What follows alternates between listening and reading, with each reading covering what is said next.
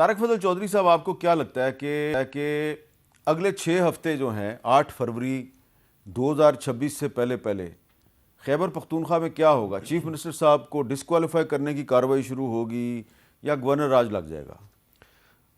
میر صاحب، ہماری خواہش تو یہ ہے کہ چیف منسٹر کے پی جو ہیں ایک نوجوان آدمی ہیں، اور اگر انہیں یہ اپرچونٹی ملی ہے تو وہ اس سے فائدہ اٹھائیں اور اپنے صوبے کے عوام کی خدمت کریں، اور جو اس وقت لوگوں کے وہاں پہ چیلنجز ہیں ان پہ فوکس کریں۔ آپ دیکھیں کہ جب سے وہ بنے ہیں چیف منسٹر، آج تک جو عوامی ایشوز ہیں، کے پی کے لوگوں کے جنون مسائل ہیں، ان کے حوالے سے ان کا فوکس کتنا ہے، میڈیا کے اوپر کتنی دفعہ انہوں نے بات کی ہے؟ بالکل، کم از کم مجھے تو نظر نہیں آئی، اور نہ کی ہے انہوں نے۔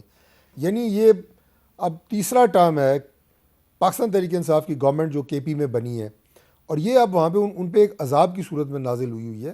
بھائی، آپ اپنی سیاسی جدوجہد، آپ پولیٹیکل بیانیہ جو مرضی بنائیں، لیکن آپ کا جو فوکس ہونا چاہیے وہ گڈ گورننس پہ ہونا چاہیے، وہ تو ان کا ہے کوئی نہیں۔ باقی یہ کہ وہ تبدیل ہوں گے، یہ کوئی فیڈرل گورنمنٹ کی خواہش نہیں ہے۔ جو ہماری خواہش ہے وہ میں نے آپ کو بتا دی ہے کہ وہ کام کریں۔ جہاں تک علی ظفر صاحب نے کہا کہ جناب کیسز اور مقدمات، اور دیکھیے بات یہ ہے کہ سسٹم کے تحت جو چیزیں چل رہی ہیں، فیڈرل گورنمنٹ اس میں نہ کوئی میل آف آئی ڈی کے تحت انٹروین کر رہی ہے اور نہ ہم کرنا چاہتے ہیں۔ باقی یہاں پہ تو جو سزائیں ہوتی رہی ہیں، آپ دیکھیں میاں نواز شریف صاحب کا نام آپ کے پروگرام میں سے پہلے جو میں نے لیا، یعنی ملک کے سٹنگ پرائم منسٹر کو ہائی جیکر بنا کے عمر قید کی سزا ان کو سنا دی گئی۔ ایکسپیکٹڈ یہ تھا کہ سزائے موت کی سزا سنائی جائے گی، وہ ہائی جیکر بنا دیا elected prime minister. Zulfikar Bhutto sahab کو دیکھیں، 50 سال بعد کہا جی وہ فیصلہ غلط تھا۔ تو یہ فیصلے بھی ہوتے رہے ہیں، لیکن ہم یہ نظیر قائم نہیں کرنا چاہتے۔ اچھا، جو اب وہ ہائی جیکنگ میں گرفتار ہوئے تھے، اس کے بعد تقریباً کتنا عرصہ تک وہ سالیٹری کنفائنمنٹ میں رہے تھے؟ بہت لمبا عرصہ، اور وہ اٹک جو قلعہ ہے وہاں پہ میں یہ قید بات میں اس رکھا لیے گیا۔ کہہ رہا ہوں کہ میاں نواز شریف صاحب سالیٹری کنفائنمنٹ میں رہے، بالکل رہے۔ آصف زرداری صاحب جو ہیں ان کے بارے میں مجھے پتہ ہے وہ لانڈی جیل میں، کوٹ لکھپت جیل لاہور میں، اڈیالہ جیل لاہور میں وہ بھی سالیٹری کنفائنمنٹ میں رہے۔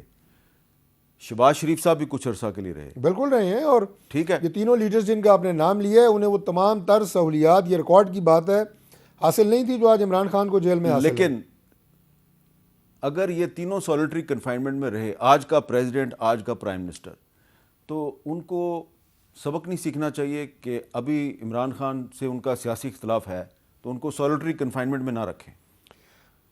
دیکھیے، خواہش کسی کی بھی نہیں ہے کہ عمران خان کو سالیٹری کنفائنمنٹ میں رکھا جائے۔ ملاقات ان کی سینکڑوں ہو چکی ہیں، لیکن اس وقت جو انہوں نے ایک وتیرہ اختیار کیا ہوا ہے، دیکھیں جیل وہ آپ کی پولیٹیکل پارٹی کا ہیڈ کوارٹر نہیں ہوتی۔ اگر جیل میں ملاقاتوں کے بعد آپ ایک سیاسی طور پہ ایک ایسی ملاقاتیں آپ کی توقع ہو کہ شروع ہو جائیں، اور اس کے بعد جو آپ وہاں سے زہر اگلیں اپنے اداروں کے خلاف، ریاست کے خلاف، اداروں کے سربراہوں کے خلاف، ایک ایسا بیانیہ جس سے ملک میں آپ آگ لگانے کی کوشش کریں، تو حکومت پھر ظاہر ہے تو اس کا مطلب ہے 8 فروری تک ان کی ملاقاتیں بند ہی رہیں گی؟ 8 فروری تک ان کی ملاقاتیں بند رہیں گی۔ جی علی ظفر صاحب، 8 فروری تک عمران خان صاحب کی ملاقاتیں بند رہیں گی، یہ ایک فیڈرل منسٹر صاحب کا سٹیٹمنٹ ہے، آپ نے سن لیا، اس پہ آپ کا کیا رد عمل ہے؟ دیکھیں، یہ سب سے پہلے تو میں کہوں گا کہ یہ ہر آئین دنیا کا اٹھا کے دیکھ لیں، آپ انٹرنیشنل کووننٹس اٹھا کے دیکھ لیں، آپ ہمارا اپنا قانون دیکھ لیں، اس میں سالیٹری کنفائنمنٹ جو ہے کسی وجہ سے بھی نہیں ہو سکتی۔ یہ اس کو ٹارچر تصور کیا جاتا ہے، اور پاکستان نے باقاعدہ نہ صرف سائن کیا ہوا ہے اس کو، یہ ٹریٹیز کو، ان معاہدوں کو، بلکہ اپنے قانون میں بھی اور آئین میں بھی درج کیا ہوا ہے۔ اس لیے یہ کہنا کسی کا کہ ہم سالیٹری کنفائنمنٹ میں رکھیں گے 8 فروری یا ایک دن بھی، یہ ایسی سٹیٹمنٹ ہے جس کو میں کہوں گا کہ یہ آئین اور قانون کے خلاف ہے، یہ ہیومن رائٹس کے خلاف ہے، یہ بین الاقوامی قوانین کے خلاف ہے۔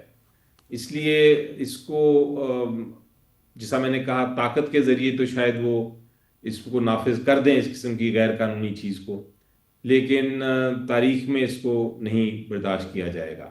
اب جہاں تک ہمارا رد عمل ہے، ہم نے پرامن ایک احتجاج کے طور پہ اپنے جو پارلیمنٹیرینز ہیں ان کو بار بار بلایا ہے، اور بلاتے رہیں گے کہ وہ اڈیالہ آئیں اور آ کے خان صاحب کے ساتھ یکجہتی کا ثبوت دیں اور وہاں آ کے تو احتجاج کریں پرامن. لیکن وہ بھی نہیں کرنے دیا جا رہا. اس میں بھی آپ نے دیکھا کہ پانی کے ذریعے پانی برسا کے اور تشدد کر کے ہٹا دیا جاتا ہے, اس کو ختم کر دیا جاتا ہے. تو یہ پوزیشن ہے اور یہ بڑھتی جائے گی. ہم بھی نہیں ہٹیں گے جب تک کہ ہماری ملاقات نہ کرائی جائے.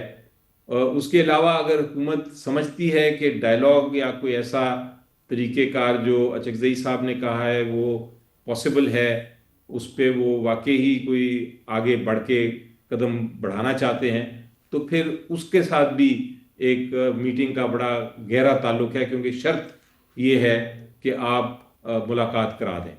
تو میرا خیال ہے کہ یہ کہنا اس ساری سچویشن کا مطلب یہ ہے کہ حکومت نہ ڈائلاگ چاہتی ہے, نہ کوئی مستقبل میں کوئی حل چاہتی ہے, نہ بین الاقوامی قانون, انسانی حقوق, آئین اور قانون کو مانتی ہے. تو ان ایفیکٹ ہمیں پھر احتجاج ہی رہ جاتا ہے ایک حل ہمارے لیے. اچھا, یہ طارق فضل چودھری صاحب کچھ کہنا چاہ رہے ہیں. جی میر صاحب, میں تو علی ظفر صاحب کو یہ گزارش کروں گا کہ میں تو وہ بتا چکا ہوں جو پرائم منسٹر آف پاکستان جو ہیں شہباز شریف صاحب نے آپ کے لیڈر آف اپوزیشن کے پاس جا کے مذاکرات کی بات کی ہے. یہ ان کی ہمبلنس بھی ہے, یہ ان کی ڈیموکریٹک ایٹیچیوڈ, رویہ ان کی بھی عکاسی کرتا ہے اور معاملات کو آگے چلانے کی بھی عکاسی کرتا ہے. یہ ہمارا سوچ ہے اور یہ ہماری ایک سیاسی, آپ یہ کہیں کہ ہماری تربیت اس طرح ہوئی ہے. اب میں ذرا بڑا اسٹریٹ بات کروں گا, یہ جو ابھی جو ٹاپک آپ کے پروگرام میں ڈسکس ہو رہا ہے. دیکھیں, بات یہ ہے کہ علی ظفر صاحب آج یہ کمٹمنٹ دیں کہ جناب ملاقات کے بعد عمران خان اور ان کے لوگ جو ملاقات کرتے ہیں, خاص طور پہ ان کی فیملی, آپ ریاست مخالف بیانیہ نہیں بنائیں گے. دیکھیں, میں نے یہاں پہ یہ نہیں کہا کہ گورنمنٹ مخالف یا مسلم لیگ نون مخالف, ہمارے خلاف آپ بیانیہ بنائیں. گورنمنٹ کو کام ہے اپوزیشن کو گورنمنٹ کو اچھی بری باتیں کہنا, کہیں. پارلیمنٹ کا آپ نے ذکر کیا کہ جناب اسمبلی کا ہم حصہ ہیں. آپ اسمبلی کا کیا حصہ ہیں؟ یعنی اسمبلی میں صرف تنخواہ لینے کی حد تک پاکستان تحریک انصاف حصہ ہے, باقی وہاں پہ جا کے سیٹیاں پہ جانا اور بینڈ باجے پہ جانا یہ آپ کی پارٹیسپیشن ہے. جو آپ کی قائمہ کمیٹیاں ہیں جو فنکشننگ ہوتی ہے اس میں آپ نے استعفے دیے ہوئے ہیں, وہ قبول ابھی ہوئے نہیں ہیں. ابھی ہم نے اس کا ایک چینل بنایا ہے کہ ہم ریکوزیشن کر کے وہ میٹنگز ان قائمہ کمیٹیز کی چلا رہے ہیں, اسٹینڈنگ کمیٹیز کی. یہ میری تجویز تھی اور آنریبل اسپیکر صاحب نے اس کو ایکسیپٹ کیا اور اب وہ کام ہم چلا رہے ہیں, لیکن آپ اس کا بھی حصہ نہیں ہیں.